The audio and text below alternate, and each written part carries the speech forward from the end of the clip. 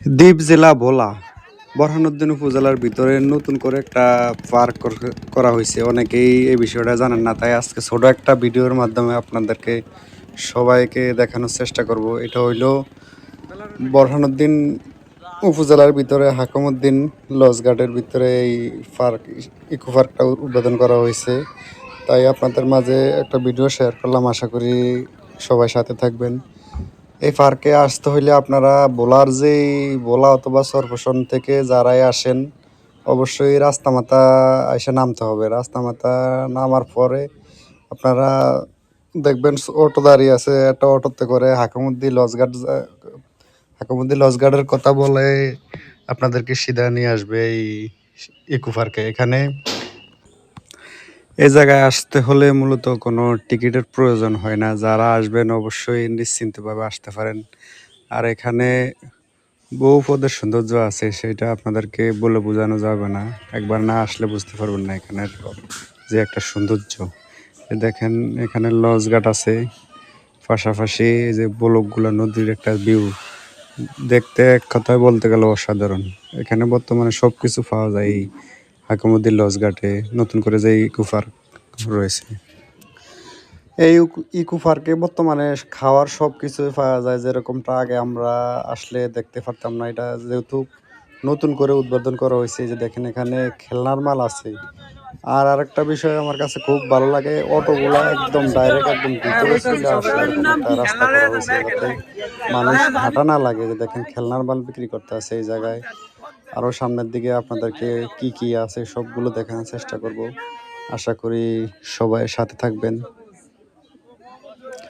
এই যে দেখেন অটোগুলো যাইতে আছে, অটোগুলো একদম ভিতরে। এই যে বাইকদের সাথে দেখা হয়েছে, ওরা জিজ্ঞেস করতে আছে যে আমার চ্যানেলের নাম কি। আসলে সবাইকে বললাম, যারা ভালোবাসার মানুষ আছেন অবশ্যই এই ভিডিওটি শেয়ার করবেন। এই যে আমরা যারা আছি, আমরা মূলত 4 জন আসছি আজকে এই জায়গায়। সবার একটা ভিডিও নিলাম। এই যে দেখেন সামনে আবার ফুচকার দোকান আছে।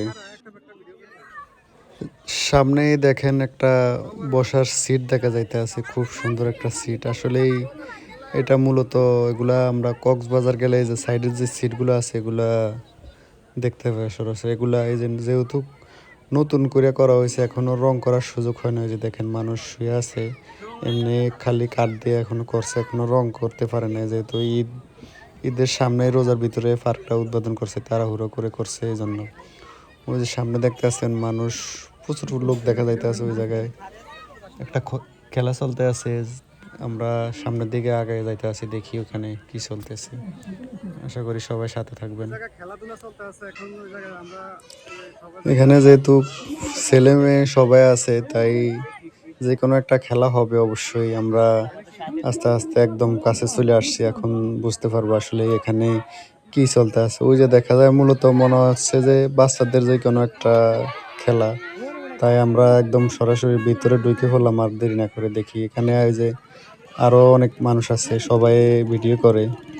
দেখেন আশেপাশের যে ভিউগুলো আছে, পুরো ভিউটা দেখানোর চেষ্টা করতেছি। দেখেন একদম লঞ্চ থেকে শুরু করে, ওই যে এটা মূলত ওই যে লঞ্চ যাইতে আসছে, এটা ঢাকার লঞ্চ একটা, এটা ভোলা থেকে ঢাকা ছেড়ে যাইতেছে। বিশাল বড় লঞ্চ। যারা বলেন ভোলা থেকে ঢাকা যাইতে অনেক কষ্ট, তাদের জন্য এই যে দেখেন, তারা একটু দেখলেন অনেক বড় লঞ্চটা। এই পর্যায়ে আমরা ভিডিওর শেষ পর্যায়ে চলে আসছি। আশা করি যারা হাকিমউদ্দিন এই ইকো পার্কে আসতে চান অবশ্যই আমাদের সাথে যোগাযোগ করতে পারেন। আমরা পুরোপুরি আপনাদেরকে বিস্তারিত তথ্য দেওয়ার চেষ্টা করব।